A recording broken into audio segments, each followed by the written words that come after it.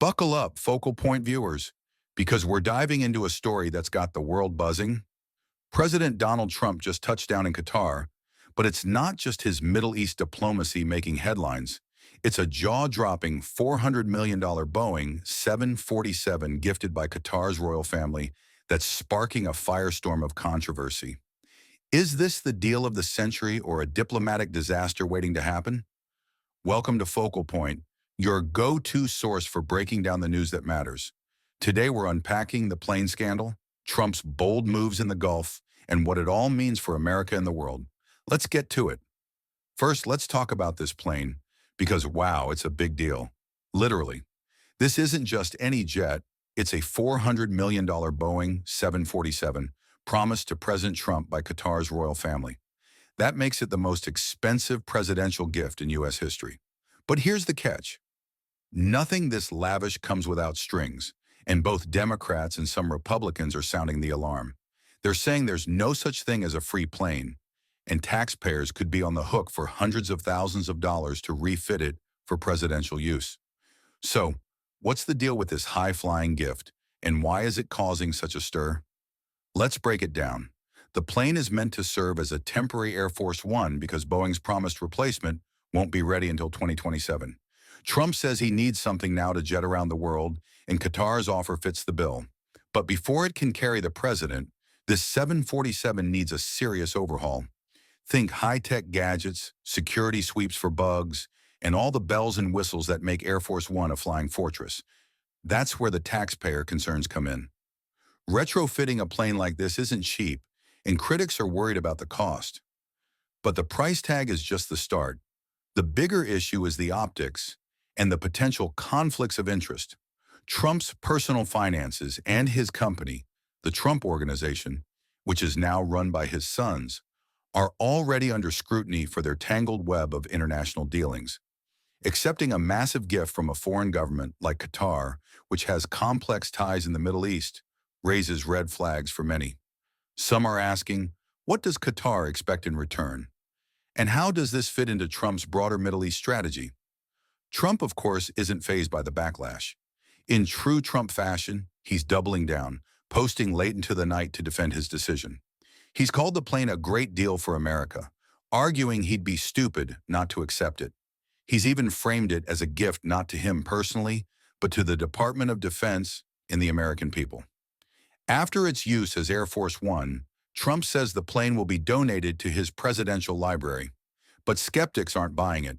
They point out that Qatar's government hasn't even finalized the offer. It's still under consideration, according to Qatari officials. The criticism isn't just coming from Democrats.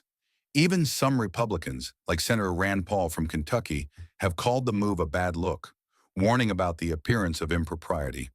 Conservative activist Laura Loomer has gone further, questioning why the U.S. would accept a gift from a nation with alleged ties to financing terrorism, including groups like the Muslim Brotherhood. These concerns tap into broader fears about foreign influence in American politics, especially when it comes to a president known for his unorthodox approach to diplomacy. Now let's zoom out and look at the bigger picture, Trump's trip to the Gulf states. This isn't just about a plane, it's about a high-stakes diplomatic mission that could reshape America's role in the Middle East. Trump kicked off his tour in Saudi Arabia before landing in Qatar, and the significance of this trip can't be overstated.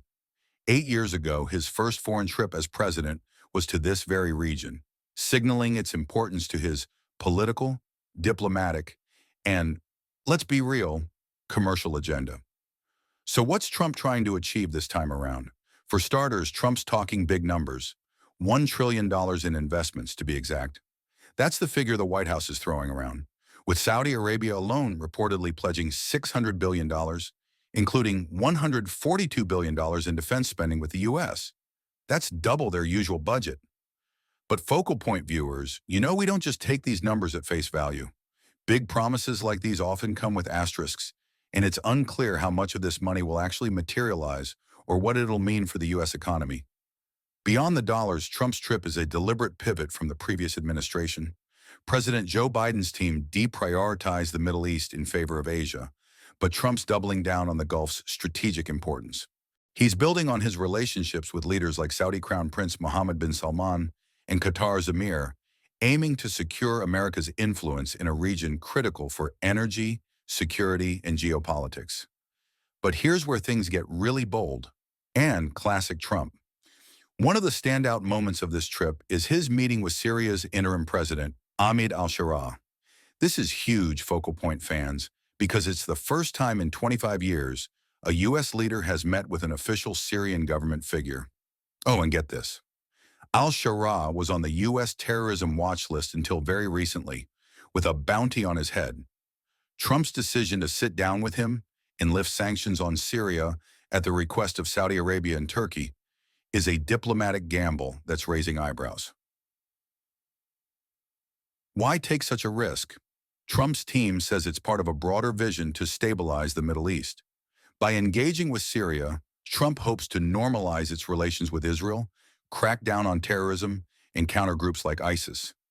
It's a nod to his close ties with Saudi Arabia, whose crown prince pushed for the sanctions relief.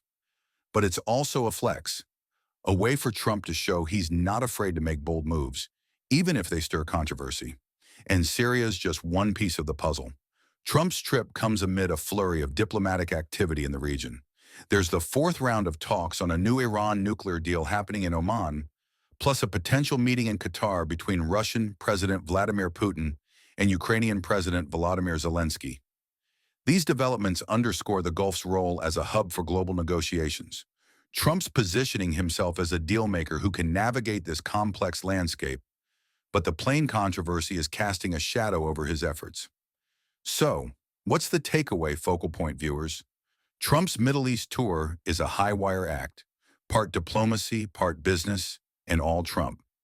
The $400 million plane from Qatar is a flashy symbol of his approach, bold, unapologetic, and divisive. Critics say it's a conflict of interest that could cost taxpayers dearly, while Trump calls it a win for America. Meanwhile, his meetings with Gulf leaders and Syria's interim president show he's playing a long game to reshape the region's future. But with so many moving parts, investments, sanctions, and global talks, will Trump's gamble pay off, or is he flying too close to the sun? That's all for today's Focal Point. What do you think about Trump's plane deal and his Middle East moves? Drop your thoughts in the comments, and don't forget to like, subscribe, and hit that notification bell so you never miss an episode. We're your lens on the world, and we'll be back with more news you need to know. See you next time.